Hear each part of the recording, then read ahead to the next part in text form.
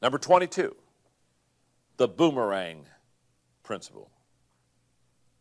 When we help others, we help ourselves. Or as Andrew Carnegie said, no man becomes rich unless he enriches others.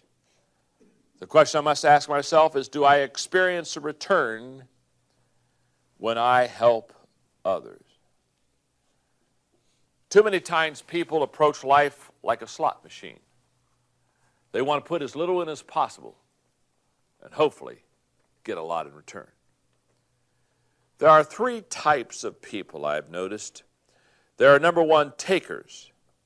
Now, takers receive and never give.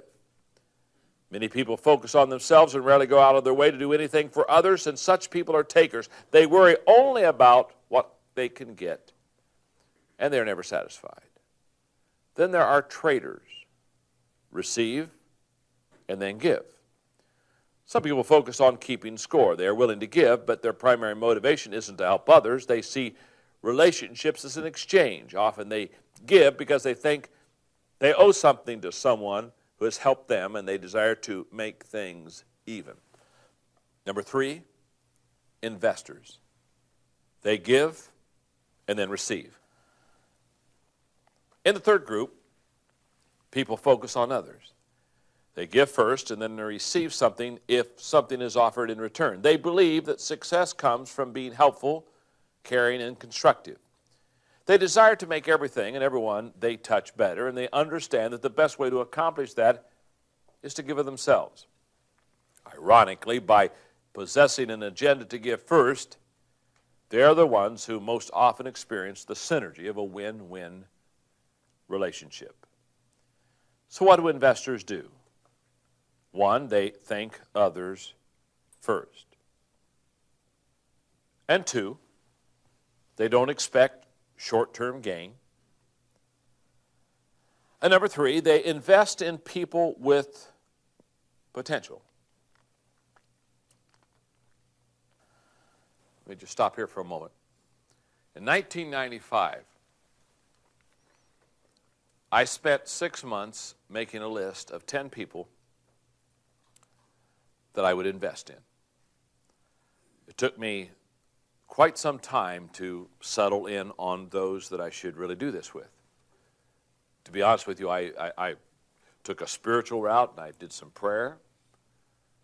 But I also just tried to observe and tried to find people that I especially thought had greater potential than me, that if I would serve them and if I would just invest in them,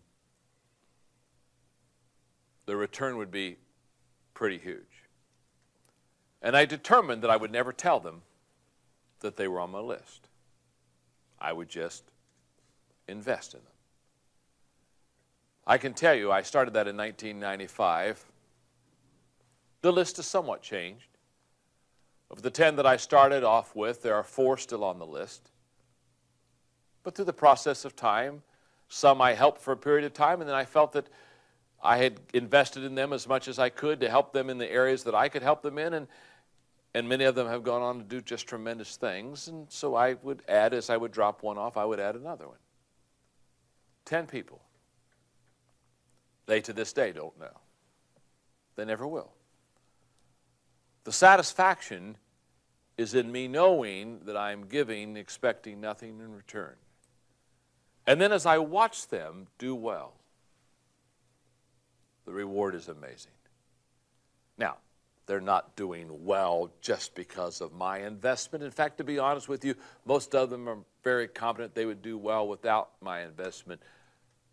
But they're doing better because of my investment. And I know that. That's what I'm talking about in this whole issue of investing in people. If you do those 3 things, think of others first, don't expect short-term gains, invest in people with potential. Number 4 is bound to happen. You will enjoy a return in due season. That's a fact.